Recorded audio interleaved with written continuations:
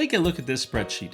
9 different date formats, duplicate columns, the same vendor spelled 4 different ways, random blank rows, a total row dumped at the bottom that doesn't even add up correctly, and the file name that says, final, me too, use this one. We've all been there. Now, people are paying $50 to $150 on Freelance Marketplaces to have someone else clean up exactly this kind of a mess. I'm going to show you how to do it yourself in about 5 minutes using Claude. Let's go. Here's where we're going. 1 clean date format, single vendor column, amounts consistent, category standardized, flag duplicates called out for review, a summary tab that an accountant could actually use. And we're going to get from that to this using nothing but Claude and 3 prompts. No formulas, no VBA, no plugins, just plain English. I'll show you every prompt on screen so you can copy them. They're also pinned in the comments below. How much easier can it get? Open your browser and go to claude.ai. Sign in, completely free. No paid subscription needed for what we're doing today. Once you're in, just drag your file straight onto the chat, just like this. Claude has now ingested the file and has access to every row, every inconsistency, every problem. Now we start prompting. By the way, today we're using Claude. In future episodes, we'll mix it up between different LLMs and models, depending on which tool works best for the task at hand. First, I'm not going to ask Claude to fix anything yet. I'm going to ask it to look and analyze the file before it takes any action. So here's a prompt. This is a small business expense spreadsheet. Review it and tell me everything that looks wrong, inconsistent, or that would make this file difficult to work with or trust. Don't fix anything yet. Just tell me what you find.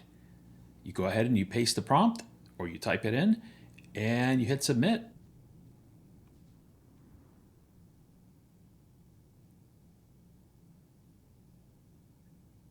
And here's a tip. Always ask AI to diagnose before asking it to fix.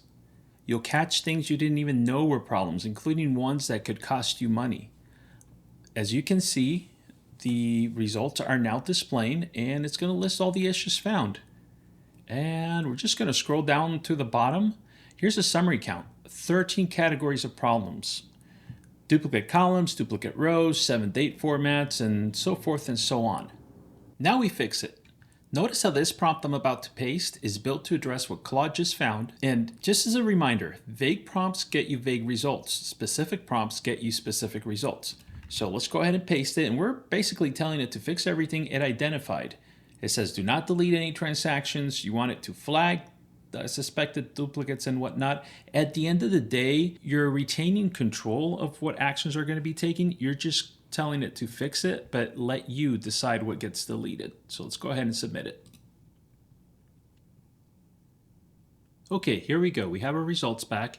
And as you can see, it's leading with this reconciliation summary. By the way, the reconciliation summary is your audit trail. If the total changes between the messy file and the clean file, something went wrong. So you always want to ask for this reconciliation summary.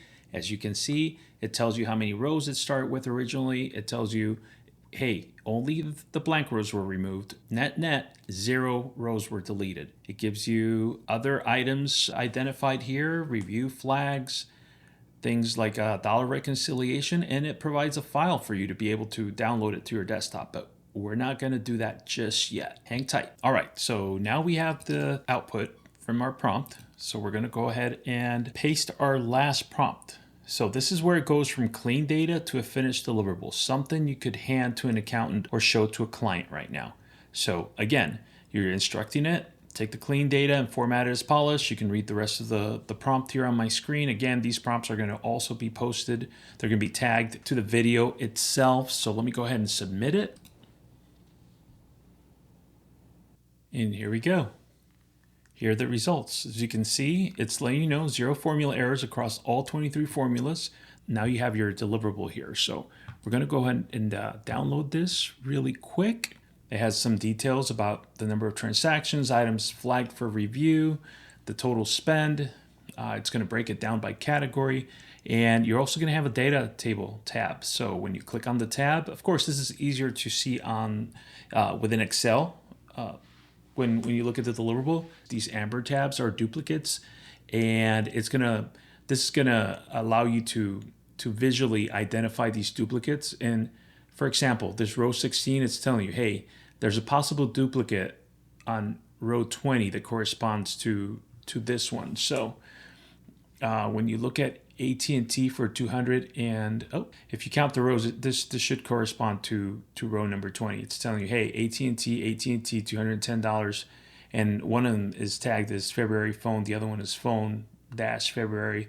So it helps you visually find these potential duplicates. This is on you at this point. You can manually decide to delete them or leave them if they're not duplicates. They might be legitimate. Notice I changed the name to it. Before it had a funky name of version this or version that or whatnot. So now we've simplified the title. Now it's called Business Expenses 2026 quarter one, and then you would replace this with your date and time. This is not set in stone. There are different ways to do this, but it's way better than if you name it final or final version 1 or draft version 1, final draft, just a million combinations of what people do, and then they have trouble figuring out which one's the most recent one. So again, I would just go with something like the subject, the scope, the date, and that's it. And that tells you everything you need to know about the file, because if you save 3 of these within 10 minutes, hopefully they're not saved within the same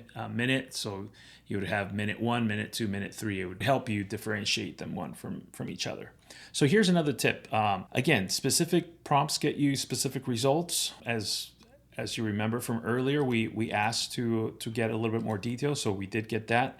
And the second one was to always name your output files with dates, not words like final or new. All right, and quick note on the tool. I'm running this on Claude's free plan.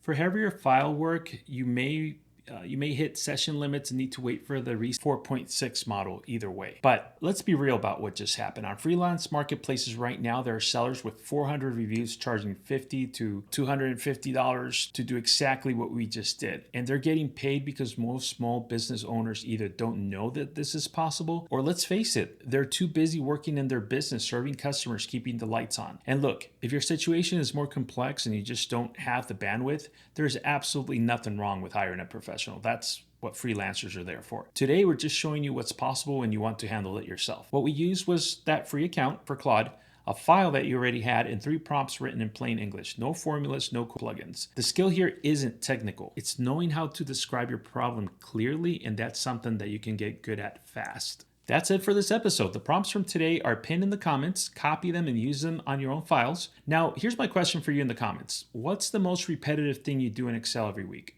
The thing you keep meaning to automate but haven't gotten to yet. Drop it below in the comments. Your answer might be our next video. But that's it. Thanks again. Quick note before you go. This video may contain content created or assisted by AI tools during production or demonstration. AI outputs are probabilistic and non-deterministic. Results may vary between sessions and should always be reviewed before acting on them. All data shown in this video is fictitious and used for demonstration purposes only. Any resemblance to real businesses, transactions, or individuals is purely coincidental. All product names, logos, and trademarks shown or referenced are the property of their respective owners. Reference to any product or service does not constitute endorsement. If this saved you time or money, hit that like button right now. It tells YouTube this is worth showing to other people who need it. And subscribe if you want the next one. By the way, we occasionally include links to tools and resources referenced in our episodes. When we do, you'll find them in the description below.